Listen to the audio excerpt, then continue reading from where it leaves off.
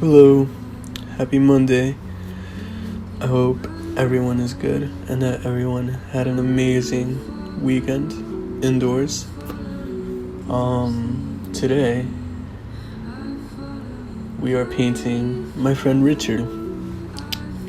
Super cool kid. Love him so much. He's so funny and so sincere and cool and open. I told him that I was gonna talk bad about him during this video, but I'm really not creative enough to come up with bad things about such an awesome person. So I'll leave that there, and I'll continue on to say that today we are painting hungover, and I don't recommend it. It happens sometimes, the night gets carried away, it's out of your control, and next thing you know, it's 5 a.m. Whatever, can't complain. But because of that, this painting was tricky, and I barely did an underdrawing for it. It was really hard to focus. I could not really care to get the likeness. I was really just putting some colors down. It was really hard to just get to the easel anyway, so it's a miracle I did anything at all. For a lot of the painting, maybe even in the finish, it actually looked more like Hillary Butterworth, for those that don't know. It didn't look like Richard. In the end, I don't really think it looks like Richard much at all, other than the symbology that you'll see in the end of the painting. But it's okay, because I had fun. That's it. There was some cool painting moments where I put down some cool little marks that, the painting just got so far away from me at some points that there was so many moments where there was a brush stroke, I would put it down and I would know that it was something that was helping me get back on track. And that's always a good feeling, It really can be just one stroke or one placement of a color that can pull stuff together, and you never know. It's more fun that way. It doesn't always make for the best result, but you're painting for yourself, if you're painting for yourself, which I recommend, just make it a fun process, and that's all anyone could hope to get from you. And it was fun. It was fun to get it to be so far out from what it was supposed to be, and to have to try to bring it back, because it felt like a fight, and the build up, the suspense of whether or not I was gonna be able to save it in any sense. It's thrilling. It's exciting. So as much as I complained while I was painting it, I'm glad that I actually sat down and did it today, even though I didn't feel like it. Some might say, sometimes I would say that even if you are in the mood to paint, it's still pretty tricky to sit down and get yourself to do it. So to sit down and do it today when my body is just straight up sore from the unholy water running through it, I'm impressed with myself for that. Anyway, I'm playing music today. I'm trying this because I don't think my channel is quite big enough yet to get in trouble for it, and if it is, if I do get in trouble for playing this music, then so be it, I'll just re-record this voiceover and upload the video again, or whatever the case may be, and I won't do it again. I'll use royalty free, or let me know if you guys just don't even want to hear any music at all. Maybe you just love my voice so much that the music takes away from it.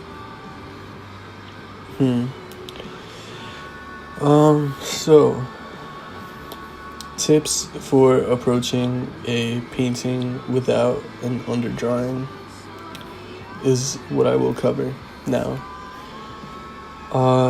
Just get in there, you know.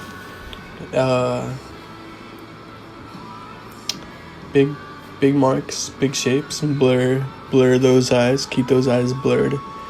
If you unblur your eyes for any point of the painting, you lose it, you completely lose it, and you won't be able to get it back, and the painting will actually just combust on fire. So blur those eyes.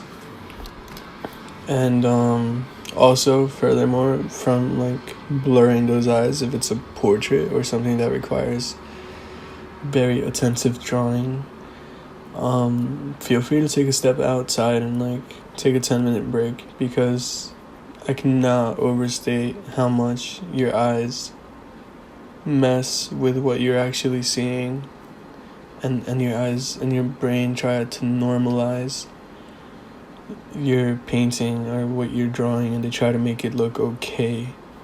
They try to work out all the errors of your painting for you. So you step outside and you take like a 10-minute walk, you come back, your painting is looking atrocious. Yeah, you could be bummed about that for a moment, but now you know how to fix it. Now you know all the ways in which you went wrong, and you can ultimately end up with a better, more exciting painting. See right here, it's like really looking like Hillary, and I could not figure out why. And it's my own fault. I was really just like too reckless in the approach. I don't even know if, I don't think I ended up loving the color in this painting. So in that sense, it's kind of like a failure, because I didn't get the sense, the likeness of Richard, or as we call him, Wedgie. And I didn't end up loving my color choices. So really it was just an exercise in endurance, because I was really tired during this painting.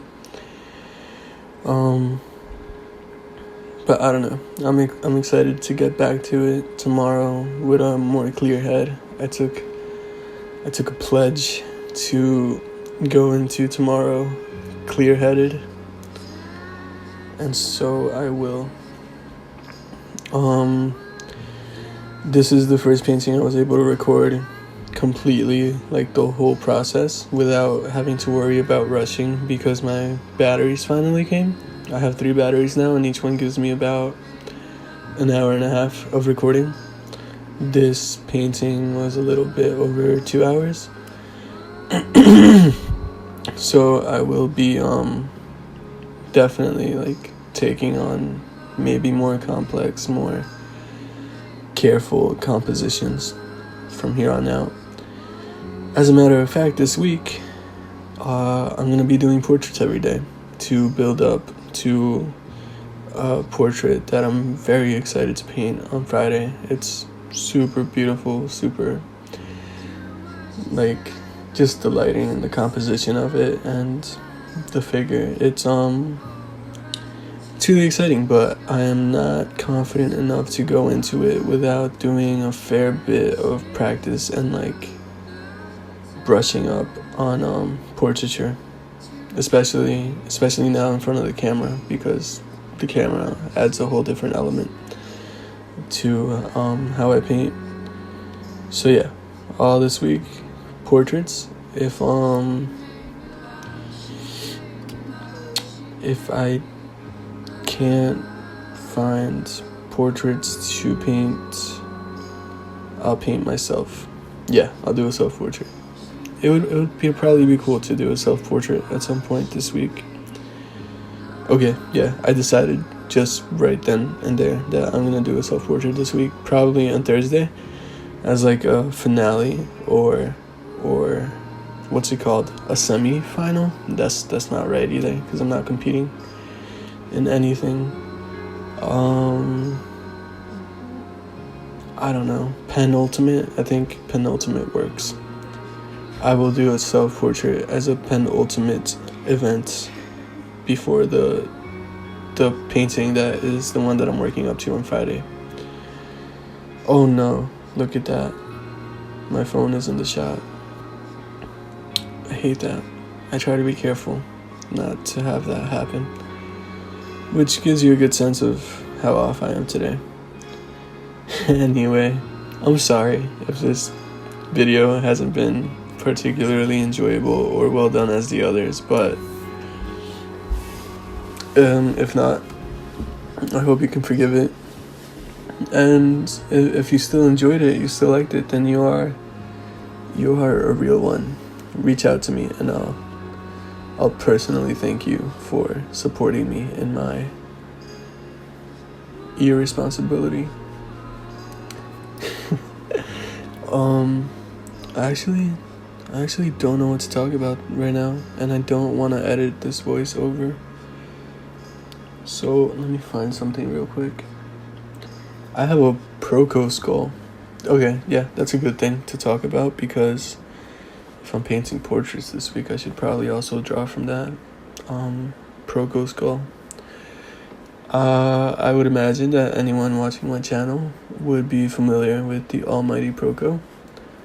He has a skull. I don't know if it's actually still for sale, but he made a really cool little model of 3D printed skull, and it has a mount, so you can mount it on a tripod, and you can mount it in all different kinds of angles. You could literally draw this thing every single day of the year, several times, and not get bored of it. And it's so educational, and it's so fun, and I do truly think it improved my drawing. Not well exemplified in this painting, but still. And the jaw moves up and down. Maybe you can hear it. That's the skull chomping down on my finger. Yeah, so in the morning I'll pose that up, or just like sit it on my desk and do a little sketch of it in my sketchbook, and it keeps me somewhat sharp, somewhat technically coherent when it comes to drawing. And I don't like drawing the teeth. There's too many teeth.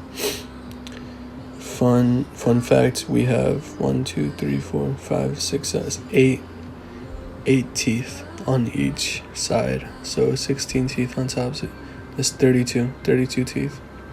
I probably knew that in elementary school, but not anymore. So yeah, I recommend it. Okay, I'm gonna leave that there because I feel a little weird. It feels like I'm sponsoring, or I'm sponsored by Proco, which is totally not the case. Though Proco, if you're listening, and if you're interested, reach out. I'm open to it. Whatever, man.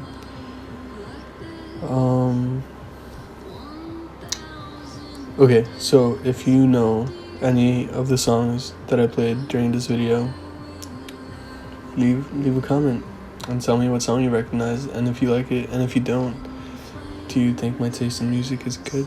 Do you think it's good painting music? Is it the kind of music you'd expect from someone that paints what I paint? Oh, here's something. Okay. Send me pictures of your palettes. If you guys paint, follow me on Instagram. Send me pictures of your palettes, because I love seeing people's palettes. You don't often see them because you usually only see people's the final work that they present to you. But not everyone has a YouTube channel, and not everyone chose their palette on their process videos. But I love seeing palettes. There's so much to see in it. It's not necessarily educational or anything, but you can see the people's colors that they like to use and how they mix, and if they're super messy or super tidy.